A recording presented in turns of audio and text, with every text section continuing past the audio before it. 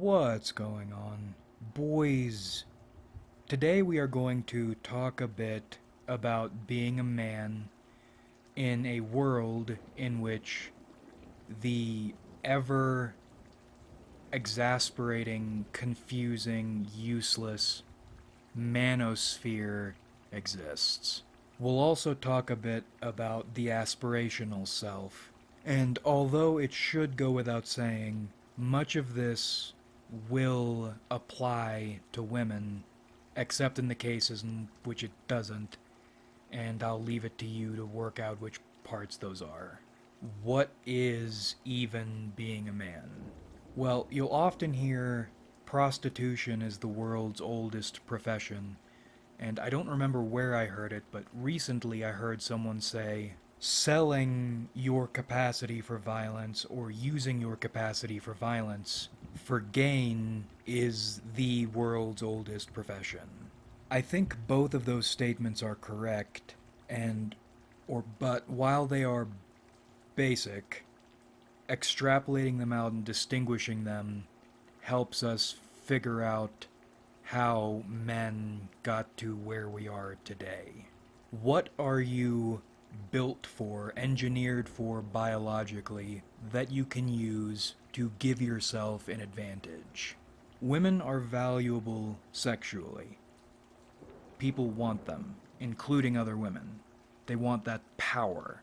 If you reduce yourself just to your biology, you have that going for you. Men's basic advantage is different. And while it is understood, I don't think people understand the degree to which men's advantage is an advantage. Thanks to the... oh boy. Thanks to the Industrial Revolution and its consequences, modern man seems to have forgotten his brain lives inside a tank. If you are a man and your body even half works, you are a living super soldier. I don't think people realize that.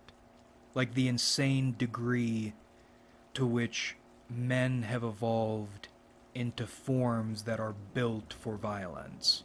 Lean Beef Patty is a female bodybuilder, and she's a legend.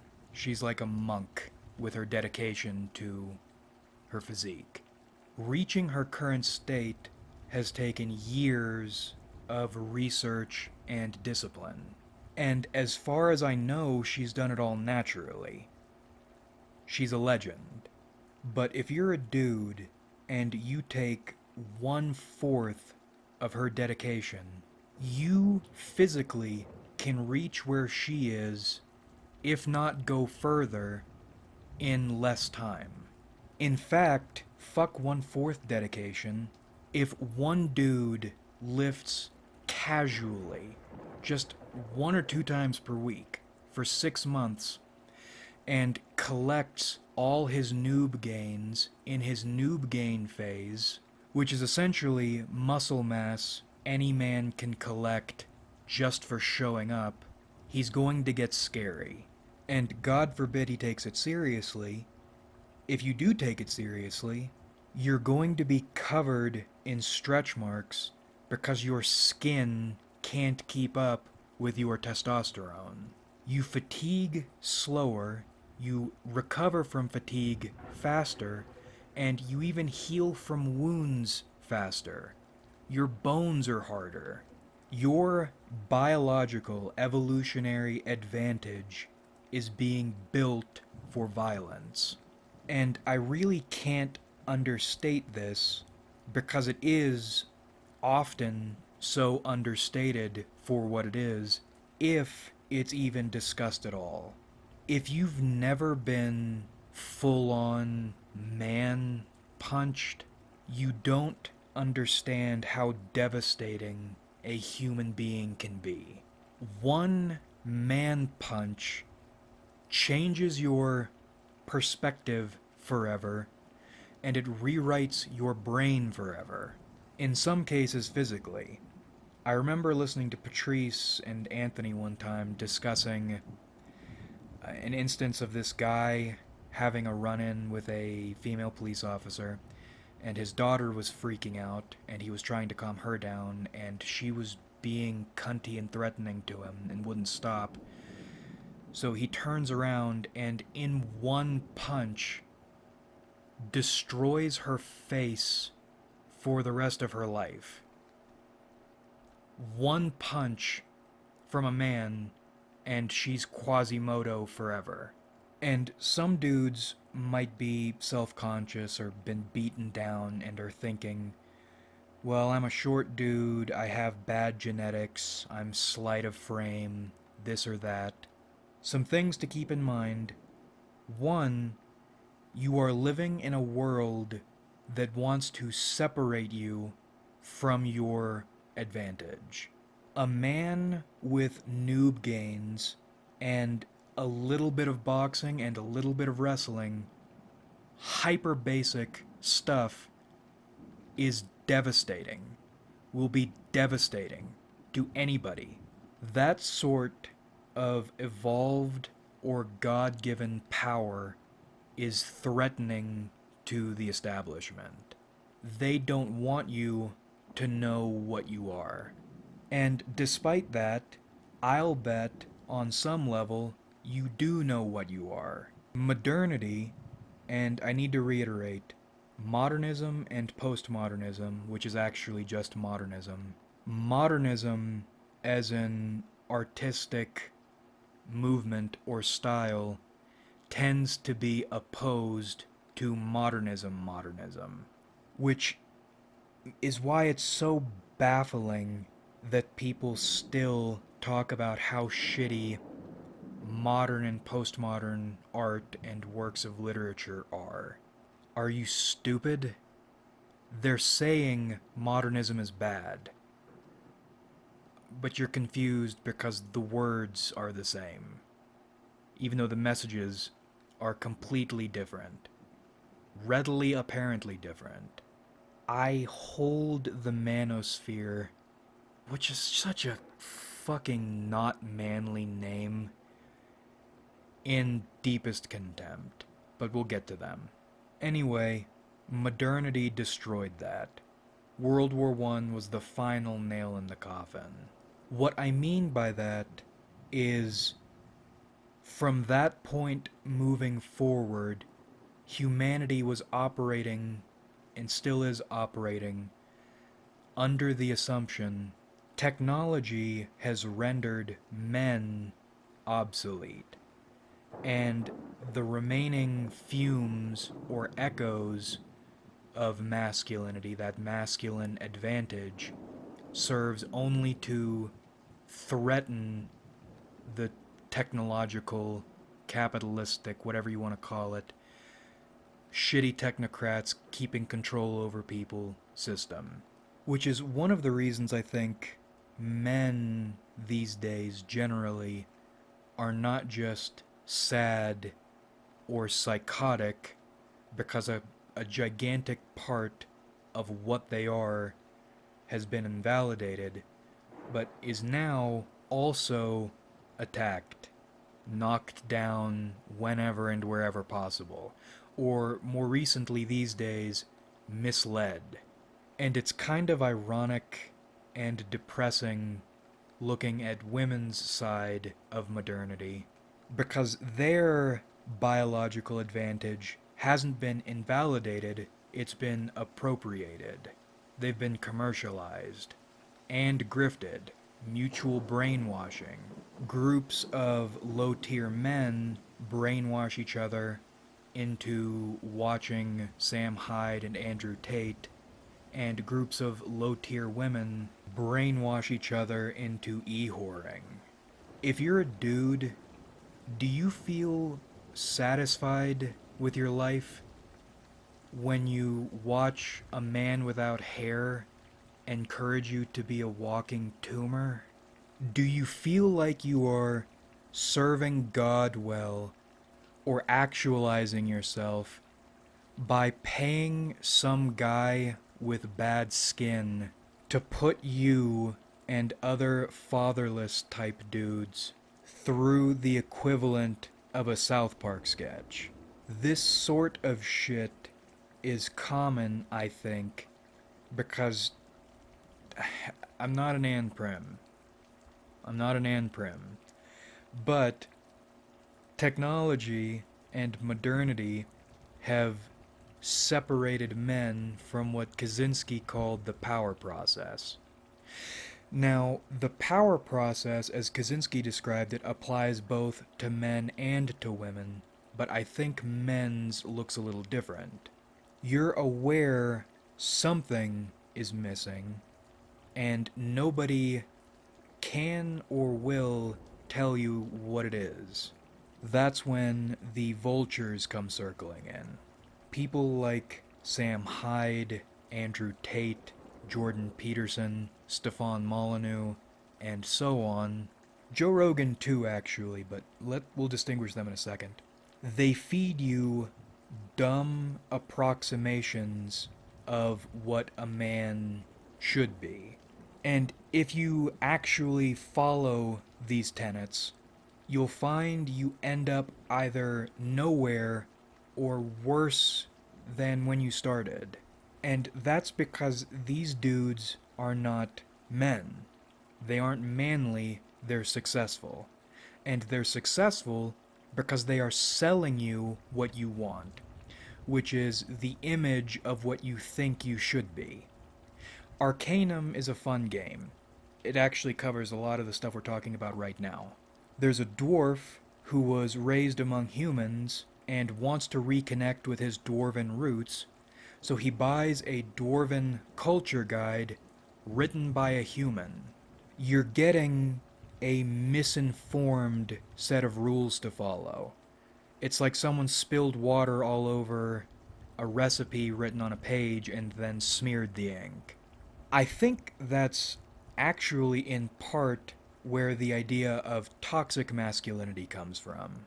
Because generally, among modern or contemporary modern men, you're given two paths to follow: submit to modernity and become impotent, or act like such an irredeemable asshole you render yourself impotent.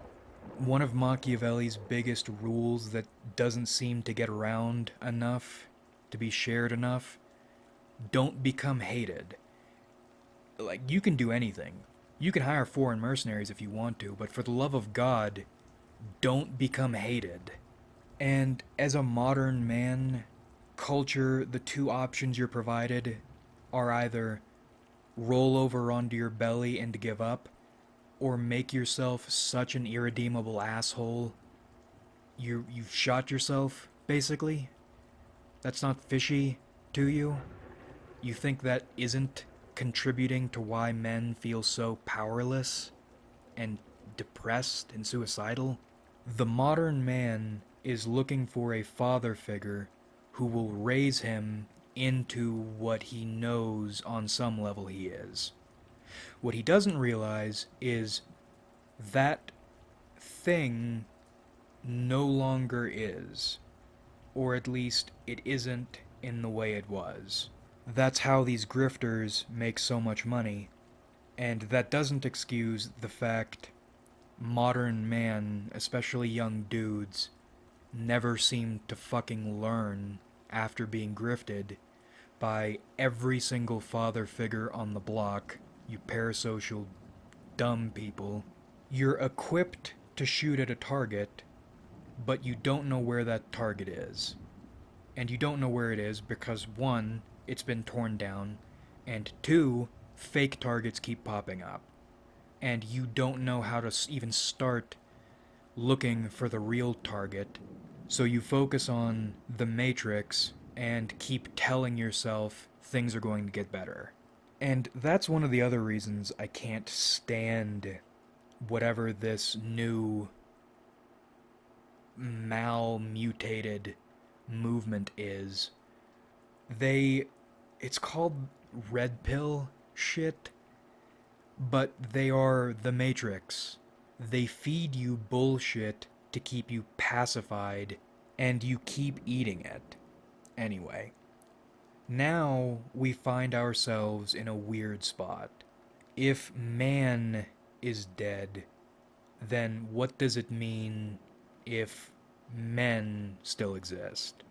Because masculinity still is at work, just not in the way it was, and certainly not in the stupid, one size fits all, wannabe hard ass approach. Well, this is where we get into the aspirational self, and where masculine and feminine start to converge a little more. Now, we might jump around because I feel like I'm forgetting something. So if we do, you've been warned. No, I was forgetting something. In fact, I was forgetting a few things. When I was crock-potting this video all day, I wanted to talk about how it feels not just looking at men. Looking at men and inhaling deeply and longingly, but being one. The loneliness and the worthlessness, the insignificance, in which hierarchy and male socialization play roles. I'll link a song in the description that hit me on an emotional level that describes this feeling pretty well, both in lyrics and in the way, just the way something sounds can say a lot. You, the average Joe dipshit, are so worthless, so insignificant, your body doesn't even belong to you. We mentioned earlier modernity commodified women at large. Well, men were commodified in a similar but different way. Despite the fact society and every social movement, including especially movements that are supposed to be pro-men, are demeaning or marginalizing men or intentionally leading them down bad paths to get themselves hurt and keep them powerless, the system understands male doggedness. They know you got that dog in you. I think one of the reasons the soldier and the entrepreneur are so revered, at least in American culture, is manipulating a man into following the path of state-sanctioned violence or onto the path of grinding ensures he stays a good slave on a leash. Becoming a tax-funded violence person does allow you to feel like you are taking part in that power process, connecting with what a man should be, but you aren't doing it for yourself. You're a prisoner. You're a slave. The government has granted you, generously granted you, the right to be a little bit of what you are, as long as you do it within the government's narrow confines and you are aiming it at the people they don't like. And in times of crisis, there's always the draft. You don't own your body. You don't own your own capacity for violence. Security companies, PMCs, are freer than you are. And then the grind set. You're being tricked or manipulated into convincing yourself giving away all your value for valueless materialism makes you desirable or a hero. You're a clown, and not even a funny one. It's just sad. It's like Uncle Ruckus. Or do you like Baldur's Gate 3? It's like Lae'zel if you can't convince her of anything. You know how one of the best ways to compliment someone effectively, even if you don't mean it, or especially if you don't mean it, is to compliment that person to the people they're around often, so that compliment eventually reaches the person you're trying to compliment, and you come across as both complimentary and sincere by doing it indirectly. Well, that's the way this sort of brainwashing works. They don't beam propaganda into your face, although they do. They slowly but surely convince people of things, to convince other people of things, to convince other people of things, ultimately so you will convince yourself of that thing. If you hear a message designed to emasculate you and extract your value and soul from you, from an authority, you aren't going to accept it. But if you instead hear it everywhere, every single day, from the people you watch, the people you listen to, the people you work with, then it might get through. And then you feel like you are doing it willingly, even though you were both carefully and loosely manipulated into mind slaving yourself. And sort of on that note, an interesting perspective from Salia Cole, the esteemed developer of Hentai Femdom Simulator and Femdom University Zero, or prequel. One of the troubles any male sub will run into is dominant women are still women. No homo. But what that means is, on some level, S&M feels false. Because in the typical way of looking at it, it's a role reversal that doesn't really work unless both parties are playing along. You can't overpower me unless I let you. And that, once you get that in your head, it doesn't go away. Until you find a solution to this mathematical conundrum that checks out well enough. Now, I think there's more to it than this answer, but I don't have another answer yet. At least one that actually fits. I'm sure there are others, but for now, this is the only one I've ever encountered that explains it, and the math checks out. She believes S&M is not a role reversal. It's a less common amplification of both parties' natural states. Submissive men will move mountains for you. You just need to know how to make them want to. It's not a role reversal or a diminishing of either side. It is acknowledging and using what is already there in a different way. This math explains feelings that are real without opposing or trying to invalidate, failing to invalidate biology that is real. She also said submissive men's semen is more valuable for the former reason, which is the exact sort of unhinged shit I associate with NTJs to learn. The point in bringing that up being, despite how you might feel, and despite the ways society will manipulate you, not only do you have value or the potential for value, but also you have huge potential for value. Enough that people need to work to harness it or keep it under control. I'm not saying you should do anything, but it is something to keep in mind. Don't underestimate yourself, fellas. Now, the other thing contributing to that isolation, that loneliness, that feeling that you don't even own your body, much less have anything social to hang on to, is the fact men stink. I don't know where this meme of fraternity or Brothers Until the End came from. Men don't share a common fraternal supportive bond.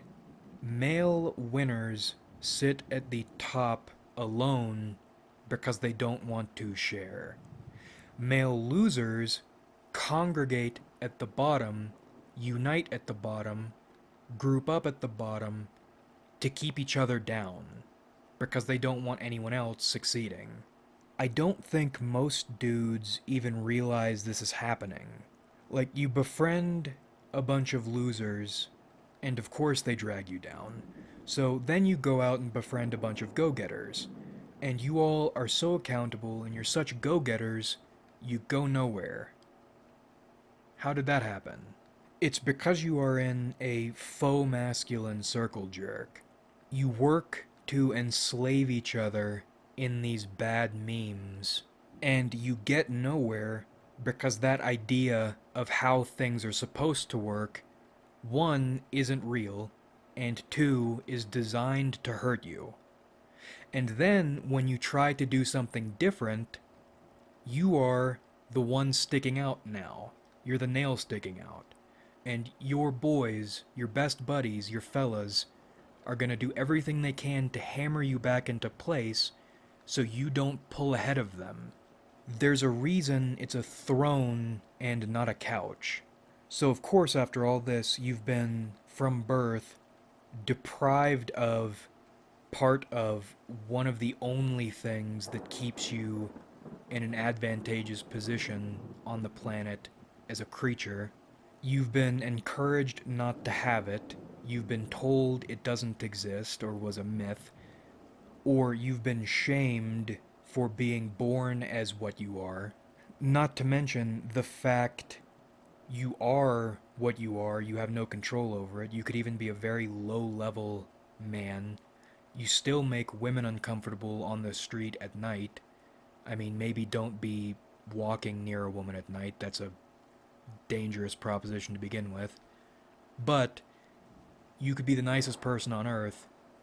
The fact you are a man is going to make them uncomfortable, and they are justified in it, and that is emotionally just sad and hurts because you aren't good. You know. They're right to feel that way, but it still hurts, especially considering your view of it is not going to be validated ever or be discussed ever. Very rarely. I have heard that discussed, but very rarely. The world at large is afraid of homosexual men who are not sissified or made silly. You can be a gay man and be accepted. You just have to be either weak or silly. You aren't allowed to be a gay man who is masculine. That's not allowed. Like, holy shit, I can remember two instances of, in media, mainstream media, homosexual men being represented well. And one is still reviled to this day, and the other was still kind of silly. And then you compare that with lesbians or sapphics, which are just as commercialized. Like, holy shit. The stark difference in representation in the mainstream between queer male couples and queer female couples. Like, one is the demon, or the devil, the other's a moneymaker. It's sickening, man. It's just sickening. All of this to say, if you are a man who does not want to be a slave, who doesn't fall for mind viruses, who isn't going to be guilted or tricked out of his birthright, you're alone. Even among others like you. And before we move forward, to be clear about the gay men, gay women thing, it's sad for everybody. On one side, you have people treated like they are living guns. They're dangerous. I think that's where the revilement comes from. And then on the other side, you have living ATMs. I mean, yes, you are accepted and discussed in all this, but you'll notice it's always in the context of making money, of selling something. It's that's a completely different video, which I don't even want to make, but something I was thinking about. Boy, you are alone. But this is where the aspirational self comes into play. If what man was is dead, and what man is isn't what man is, then what is man? I think masculinity is discovering your latent power to assume command of your own soul. And women can do that too. Those are the women I like. But, once again, men do it in a different way. And frankly, for whatever reason, I think men are more inclined toward it. Maybe that has to do with type distribution, but I don't know. Now, let me explain what the hell I am talking about. Manosphere type non-men, or new men, new males, get attention by generating force. Someone like Sam Hyde gets attention by generating force. Force moves things, but it takes something else to generate force. Force isn't just is. A man who has assumed command of his own soul doesn't need force. He has gravity. And gravity just is. Is just so. And unlike these force new males, gravity comes from anything. As long as it has, as Patrice would say, found its sense of place, assumed control of itself. That doesn't mean is happy or has control of everything. All it means is this person has taken the wheel of their own life, come what may. And you know these people because you can feel them. They don't have to be loud. They don't have to be pushing something on you. They don't have to be forceful. They can just be the selves they've discovered and generate that gravity naturally. I would say these are the people who have tapped into righteousness. They are fulfilling their purpose. They've learned what it is, and they know how to do it. And they've discovered it for themselves. Instead of accepting the equivalent of an STD of the mind in terms of bad ideas, they have built their own ideas. And I swear to God, in the next few thousand years, we're going to realize this is psionic power. Because it's not like a metaphor. I mean, you can feel someone in your vicinity who has self-actualized this way. They can be dead silent, but you can feel them in your area. And this is sort of the point biological masculinity, and femininity too, really, and mimetic masculinity and femininity split. Not from male and female, but from biological to mind. I think we all start biologically as humans, but then as we fashion ourselves mentally into different crevices we never thought even existed, we become a different species. Genetically, we're the same, but memetically, we might as well be from a different planet. The ideas you internalize change your species. And the people who have discovered within themselves something more to such a degree, it's like they aren't even species, like a simple species anymore. They've become something greater. They've become demigods. They're on their way either to becoming gods themselves or joining gods. They're on a completely different level, and you can feel it in your skin when they're around you. Now, not everyone has the capacity to do that, and it's a gauntlet.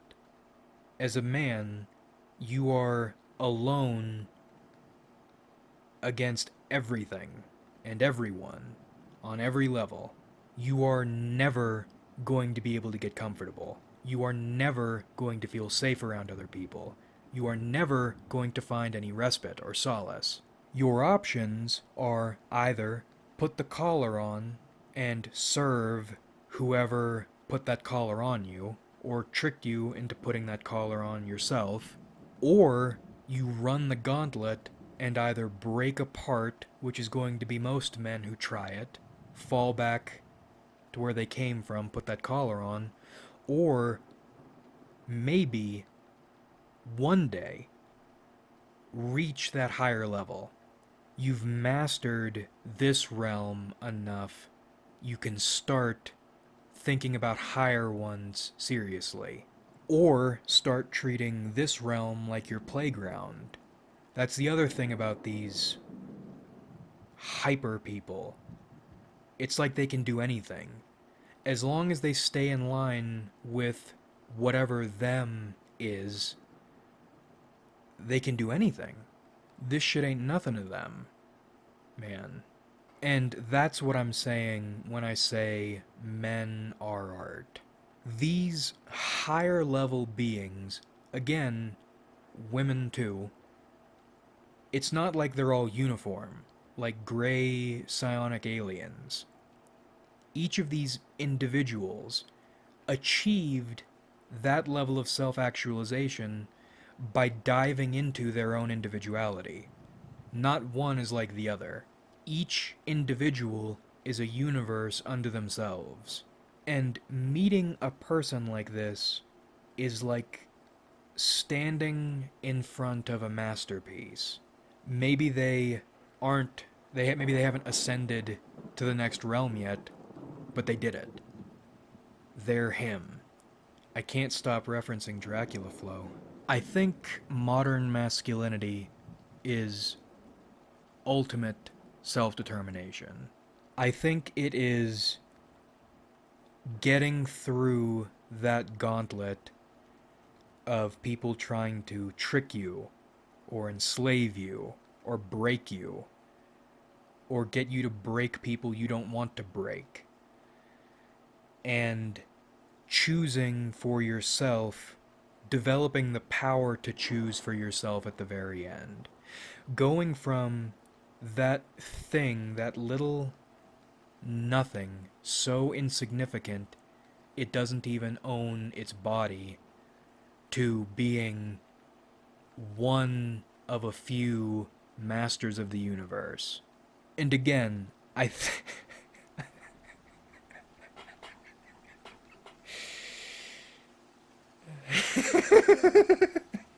think women can do it too. I think women are very capable of it. I really do think women are super capable of it.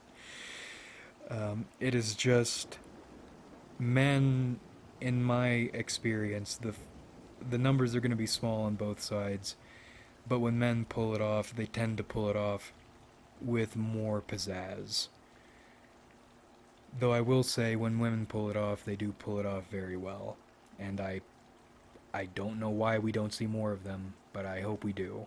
In fact, frustratingly, Kaczynski had the theory, or a theory, of women and the power process, or their take on the power process the way men have a take on the power process.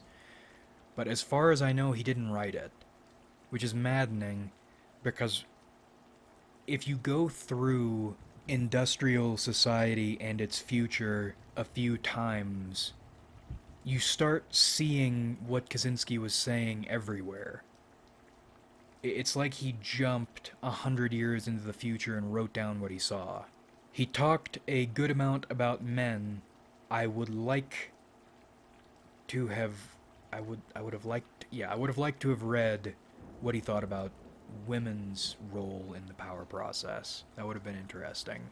So yeah, men and women stink, but man and woman are pretty cool, especially once they get into the higher order shit. But that about rippity wraps this one up. I hope you enjoyed watching, because I certainly enjoyed making it. That was longer than I thought it was going to be, and I still feel like I'm missing parts. But this was a good first swing. Maybe we'll take another swing one day. Like if you enjoyed, because it helps me out a lot. Subscribe if you haven't, because we do this shit sometimes. And comment your thoughts, because I love hearing from you. What do you think about being a man? It's crazy shit, right? When you...